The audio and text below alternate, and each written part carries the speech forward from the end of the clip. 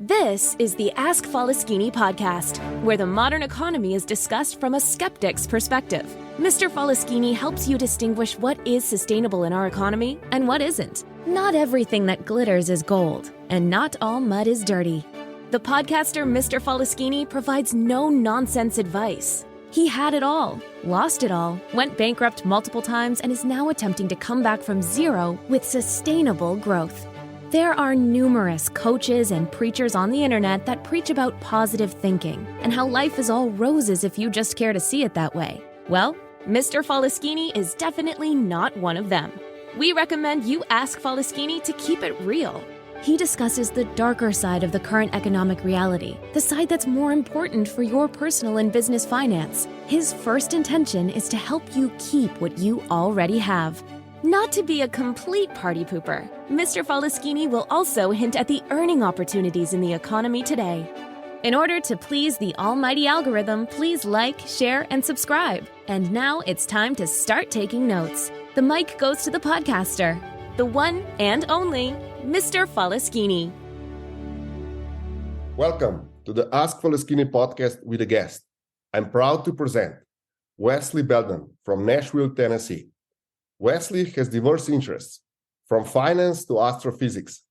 This gives him a well-rounded view of the world, resulting in unexpected insights. As a father, he doesn't believe in dumbing things down for kids. He has developed a skill for explaining complex ideas in simple and relatable ways to both adults and children.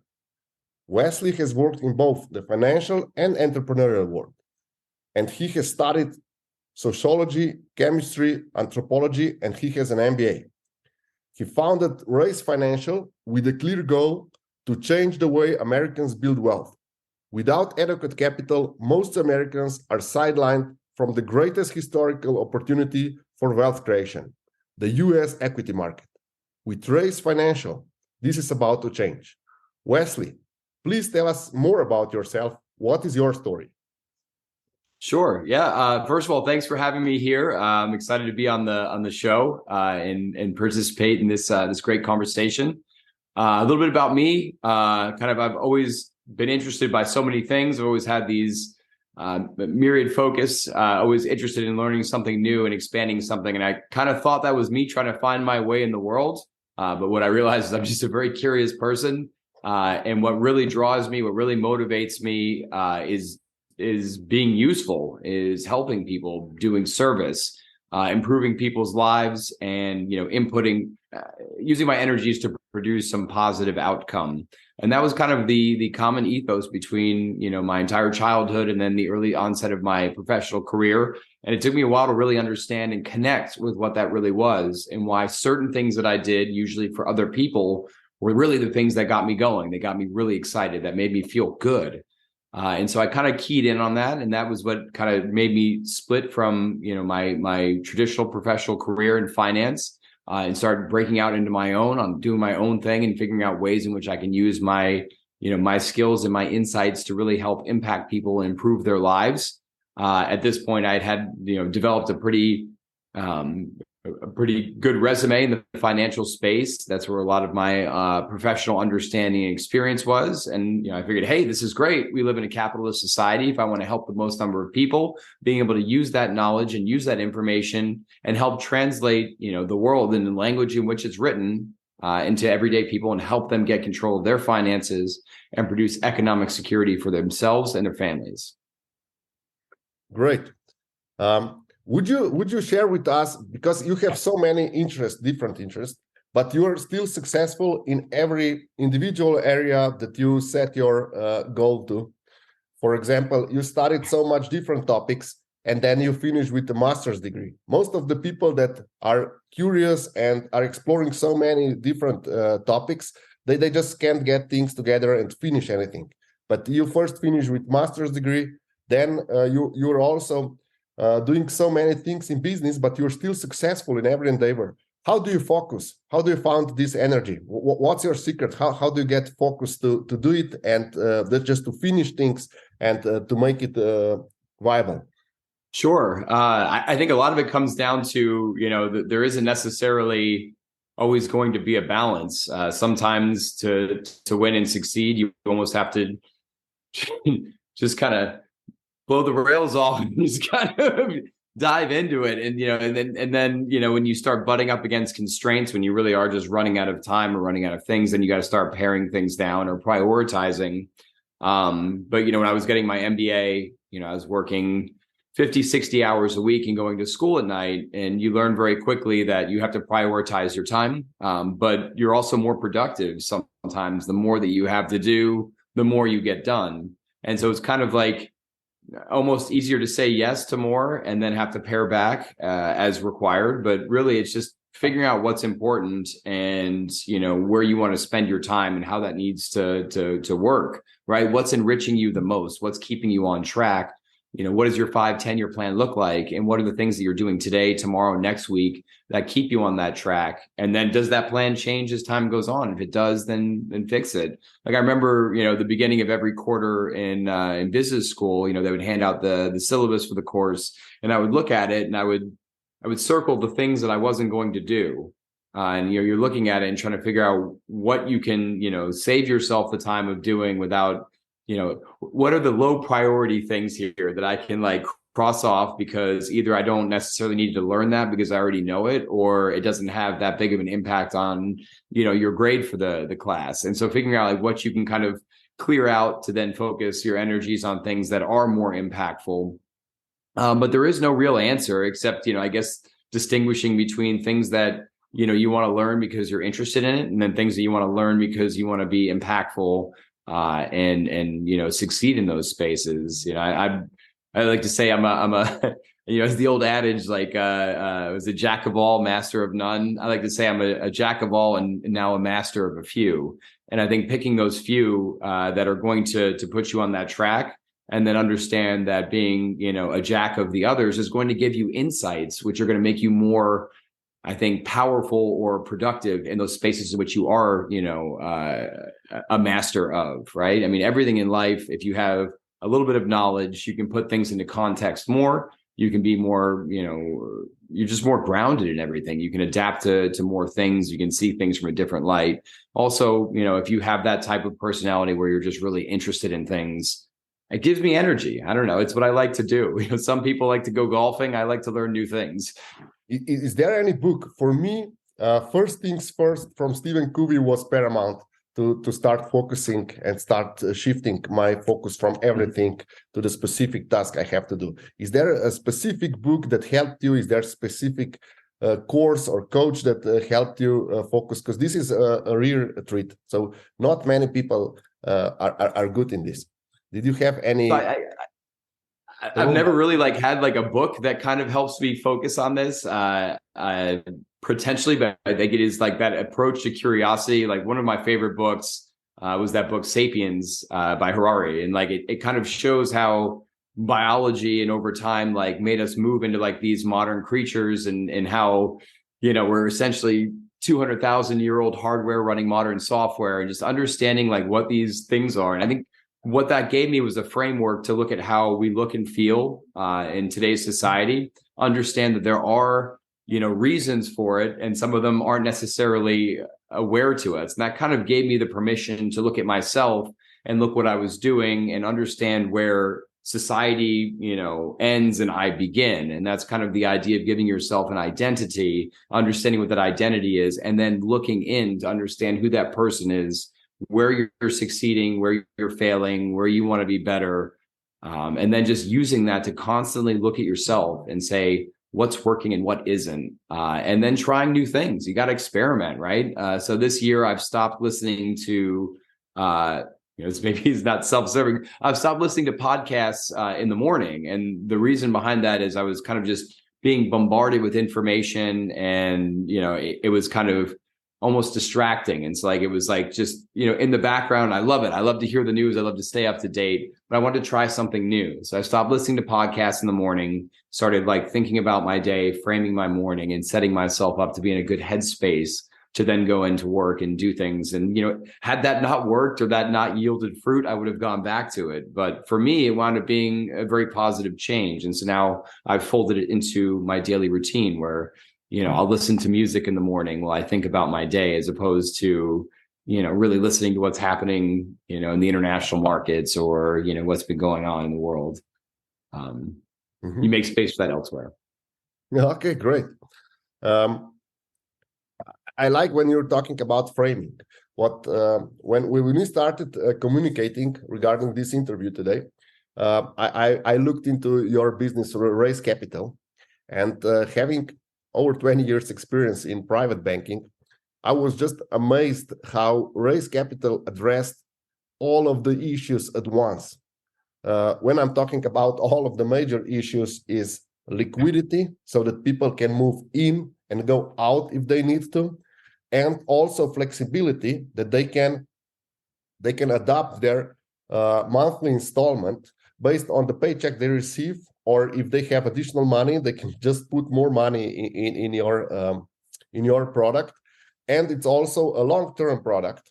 And then you also have specific products for example, for tuitions, for mortgages, and similar. Can you explain a bit more how you decided what are the key advantages? Because what I just explained, this liquidity and flexibility, is probably the biggest advantage over investing directly in a ETF or similar. Sure.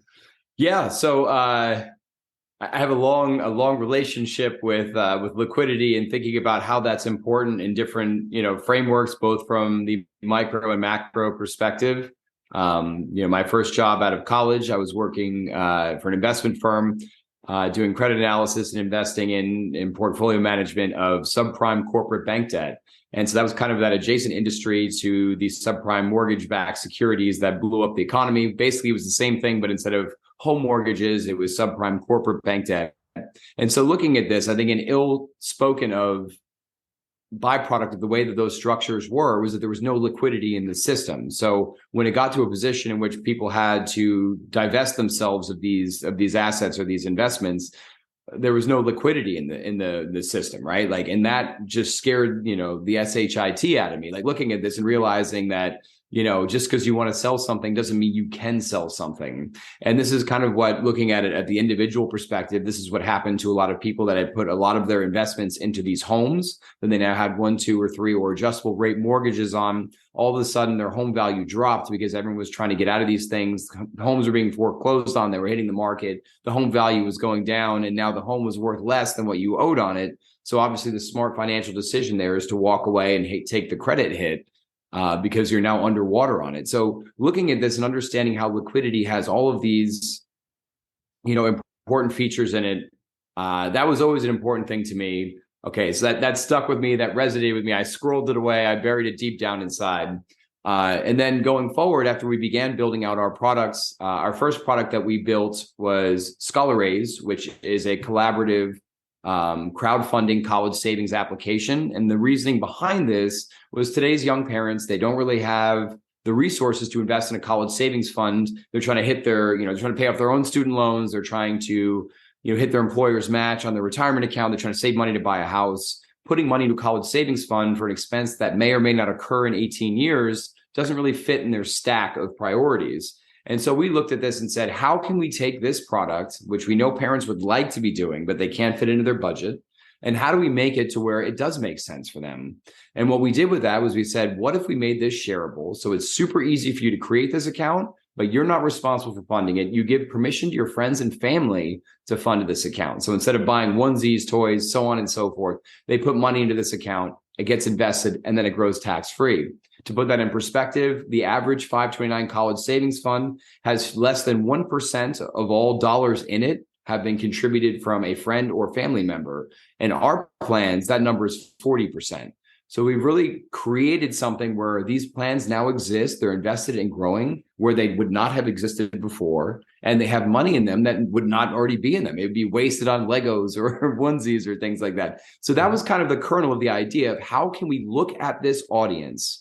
How can we listen to what makes them different? What makes this generation different than any other generation in American history? Their unique challenges and headwinds. How can we listen to them, understand what's important to them, and then build products that meet that need. And one of the biggest things that we look at here is the flexibility that is required from the uncertainty of where you're going to be. That could be switching jobs. That could be your career changing because your industry goes away. That could be so many different things. So liquidity and flexibility is an important component. And that's one of the core tenets that we went to task on building into our product. One of my biggest, problem that I had as an investment banker in Switzerland was relating to average person. How you are financially well off or above top 1% in US. How can you relate? How do you get information? Is that just statistic? Do you have any first-hand experience? How do you get information? What people need on the market? What is? How do you stay grounded? You said that your multidisciplinary approach helps you stay grounded. How do you stay grounded despite of all this success? How do you understand the market? What the average person needs? You talk to people, right? I mean, that's the number one way. Like you ask people what's going on with them. How's life going? What's going on in their space, right? And then on top of that, you talk to your customers because, they have a vested interest in what you're building. They are the person that you're trying to help. They're the target that you're working on.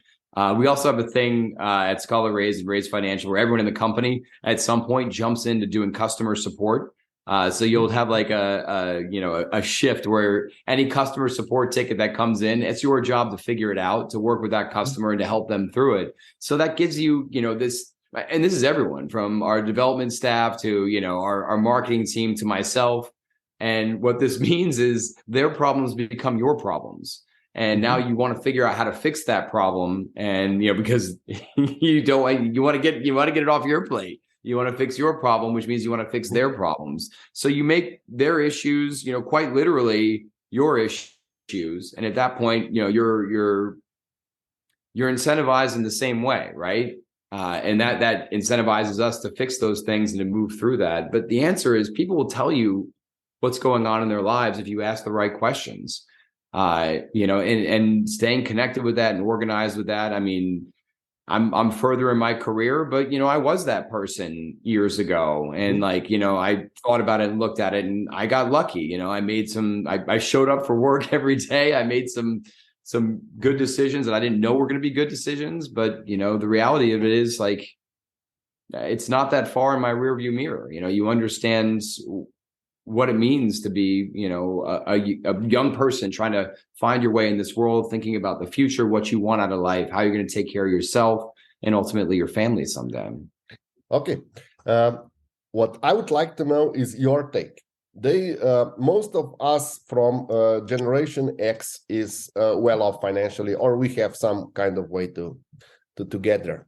The millennials are much worse off than we are. What do you think? Are the millennials worse off, or is the generation coming after them in even a worse situation? Oh, that's a good question. I think the younger generation is probably in a better situation because, let me back up. We look at a lot of different things with, kind of people in our millennial group when they come in, there's kind of this bifurcation of millennials in this space that we interface with. And the one that is really interesting, which I think is unique about this generation is they kind of came of age, after the 2008, crisis, the financial crisis. And they lost all faith in these financial markets and these financial products, and they lost faith in banks. And they kind of looked at this and they said, this is all a scam. And, they pulled their chips back. They didn't, get invested in or engage in the markets. And, now you fast forward, what are we looking at? 15 years later, their peers that didn't pull their chips back are doing much better than they are. And so there's this whole need to catch up. But you've lost out on that time and it's hard to catch up.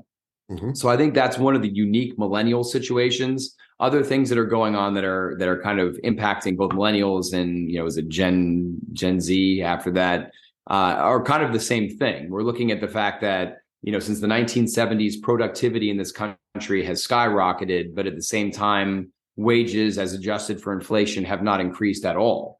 And so what that means is that productivity is being recapitalized to the bottom line, which is meaning it's being recapitalized to the people that own these businesses in the form of, their stock, right? So if you own the stock price is going to go up because productivity goes up and the cost of labor hasn't, right? So your inputs aren't going up in expense, but your outputs are going up in value. So that's ultimately what runs through there. So you've had stagnant wages and the raising rate of inflation, or the things that make a person middle class in America. So education costs a lot more today than it did, a generation ago. Textbooks cost a lot more. It's actually one of the few things that's outpaced the inflationary or the inflation of tuition is textbooks. And I think more importantly, one of the things that's always been categorized as what defines the middle class is a path to or the ability to own a home. And so, increasingly, if you live in the markets in which you're going to be earning a salary that you need to be successful and to, get the most out of your skill set, you probably cannot afford a home in that marketplace.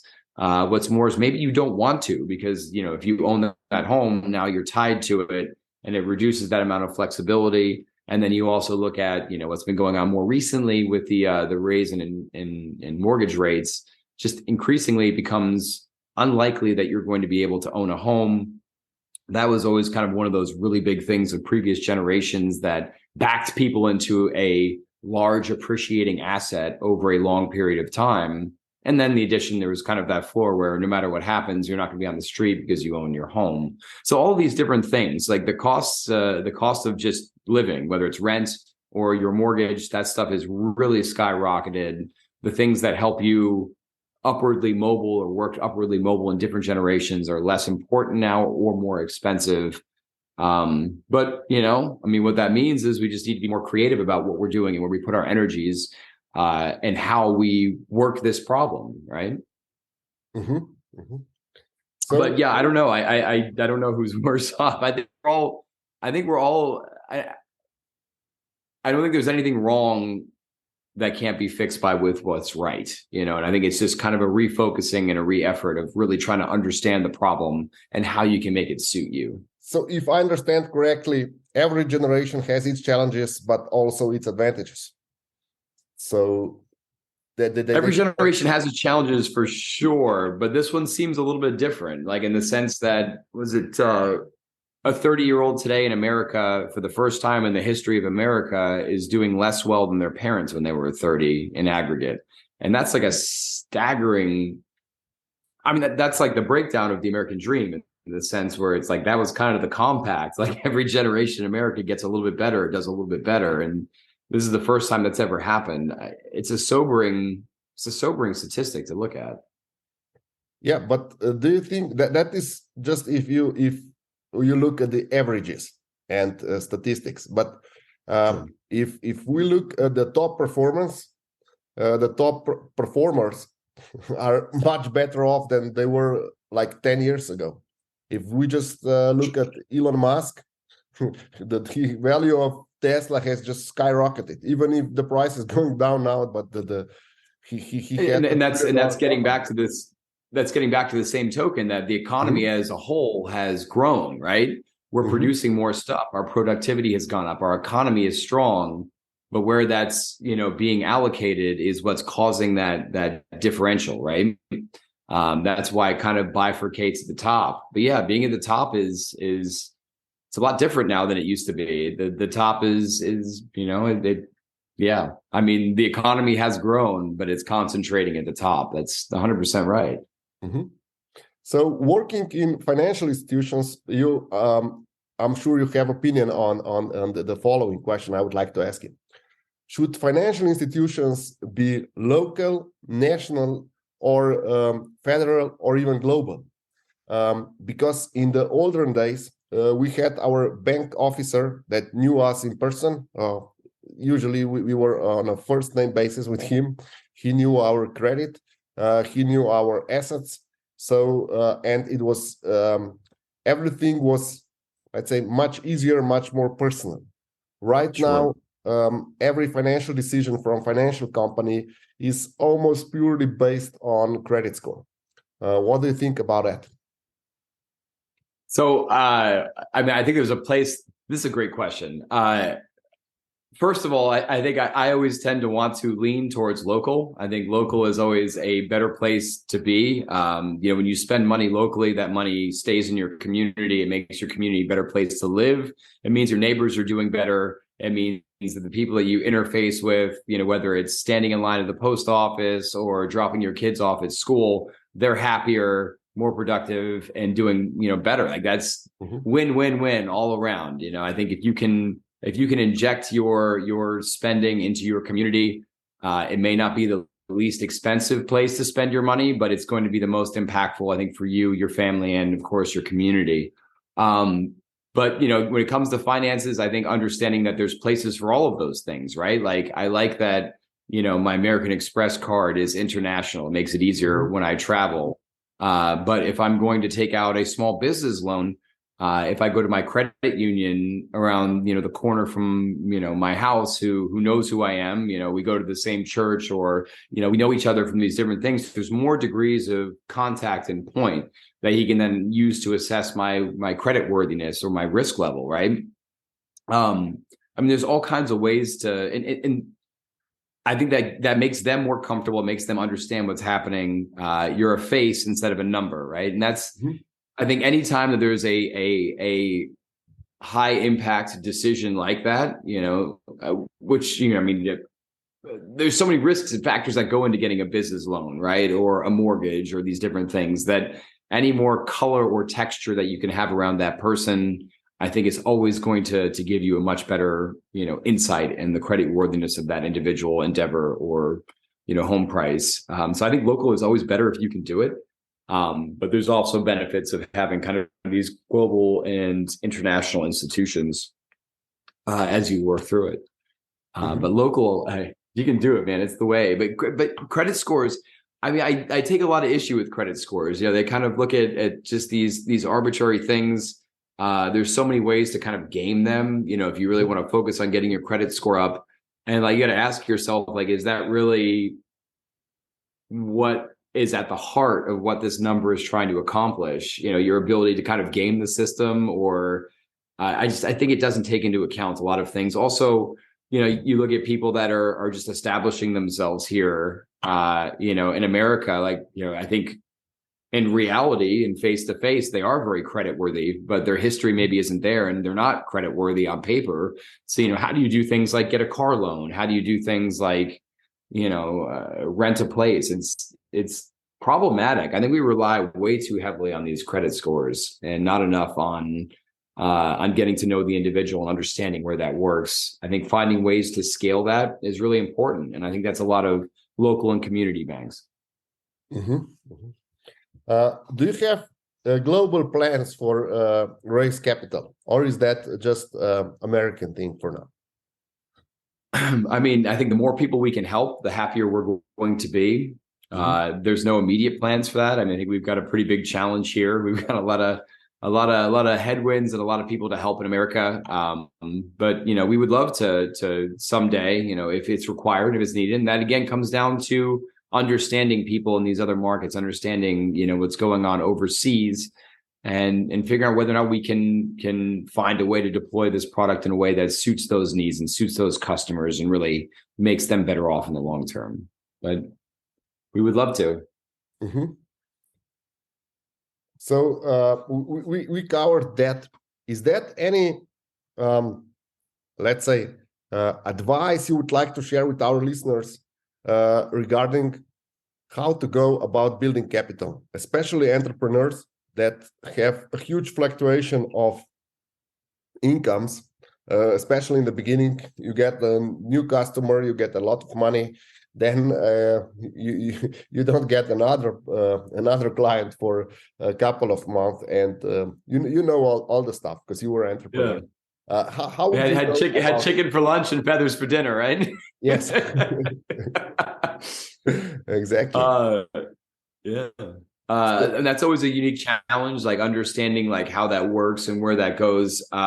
If you are in that sort of situation, I would say like either planning around it, like when the money is coming in and when it's not, and planning accordingly, realizing that it's not always going to be that steady stream. I feel like that's less common for a lot of people. Like that's, I think in entrepreneurship, that's maybe more common, but, for the average person, hopefully that's less of a thing. So yeah, I don't know. I think like understanding what's important and prioritizing where you spend your money, things that bring, you joy, that make you happy. That's maybe $1 there is maybe worth $1.10, as opposed to something that you spend on habitually that doesn't really make you happy. And then the beautiful thing about that is if you can remove your spending from things that aren't really important to you or don't improve your life, you can then use those funds to invest in something that's going to, make you better off in the future, right? And finding out things that are easy for you to invest in. And it really depends on where you are in your life.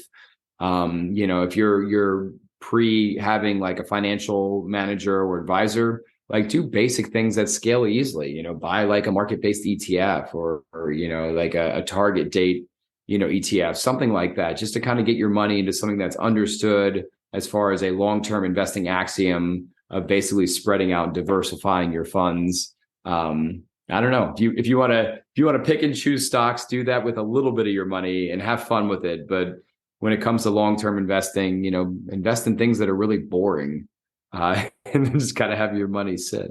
What would you say is the number one advice for liquidity? What would you invest your funds if you knew that potentially in 2 to 3 months you would need these funds to I don't know, purchase a new stock for your shop or something like that? What would be your go-to asset for that investment? I mean, if I got to buy something in 2-3 months, I would say my number one asset would be cash, just to kind of make sure that you have it in that short term. That's such a short time horizon. Like, extending a little bit further out. No treasury notes, nothing like that. I mean, it's 2 months. I mean, you can. I mean, it depends on how much cash you're talking about. But I mean, like you got to ask yourself if the juice is worth the squeeze. I mean, if we're talking about $20 or $30 million, then I think, yes, the juice is worth the squeeze. Okay. If you're talking about $20,000 or $30,000, then, is it really worth the effort of buying in and selling out? Making sure that obviously the account in which the money is held is FDIC insured is an important component. But yeah, there's a lot of things that you can always be doing that are more financially complicated and will yield better results, but is the complexity worth that to you as an individual? It's always a question that is an individual and case-by-case basis. But yeah, obviously treasuries are a good spot to safely park money. Yeah. But yeah, I don't know. Is that kind of a question you were asking as far as yeah, I'm just thinking of I'm the huge I'm pro cash, so I always keep my liquidity high. It's a nice cushion. I don't know. It helps me sleep at night, but you're also losing a lot to inflation these days, and but like there's a lot of the uncertainty, specifically short term. The equity markets, there's just so much volatility there right now. It's just kind of difficult to park anything there that you're going to need in the near term. Yeah, fixed income, I think, makes a lot more sense today than it did, obviously a year ago. Okay. Thank you for all the insights. Is there any advice you would give to Generation X and millennials regarding how to invest? Is there any better way than, for example, invest in raise capital? We're talking about entrepreneur savvy people pushing 6 figures and more. What would you recommend for them? How to start and build equity for them? Yeah, first place to start is to really get curious, understand what's out there and what this space looks like. And it doesn't mean that you have to get an MBA or a CFA or anything like that, but understand what the space looks like as it relates to you. Get interested in it, get focused on it, because you know what, it's really important. You go to work 40, 50, 60 hours a week to make all this money, you need to put a little bit of time and effort into figuring out how you deploy that capital and how you make that money work for you. And that means understanding where it's going, what you're spending it on, what's worthwhile for that, how you're investing it, what your time horizons are.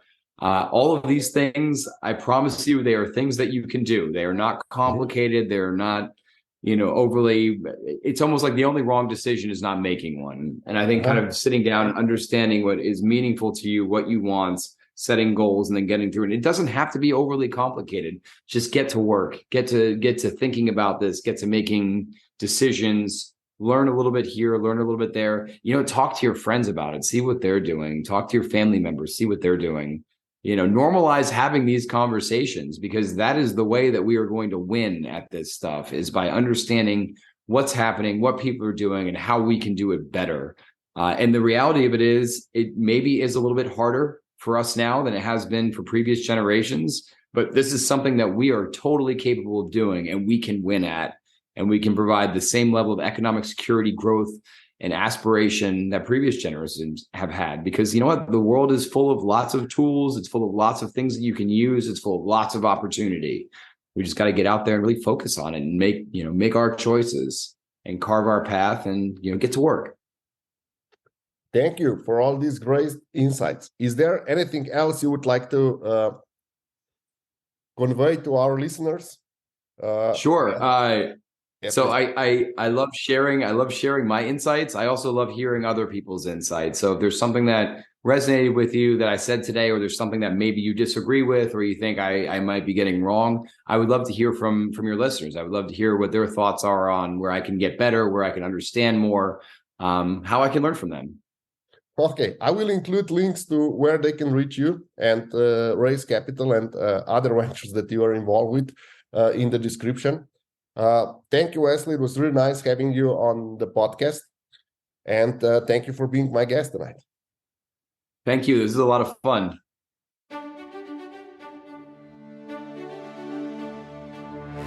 Thank you, Mr. Faleskini, for this outstanding podcast. And thank you for listening to the Ask Faleskini podcast until the end.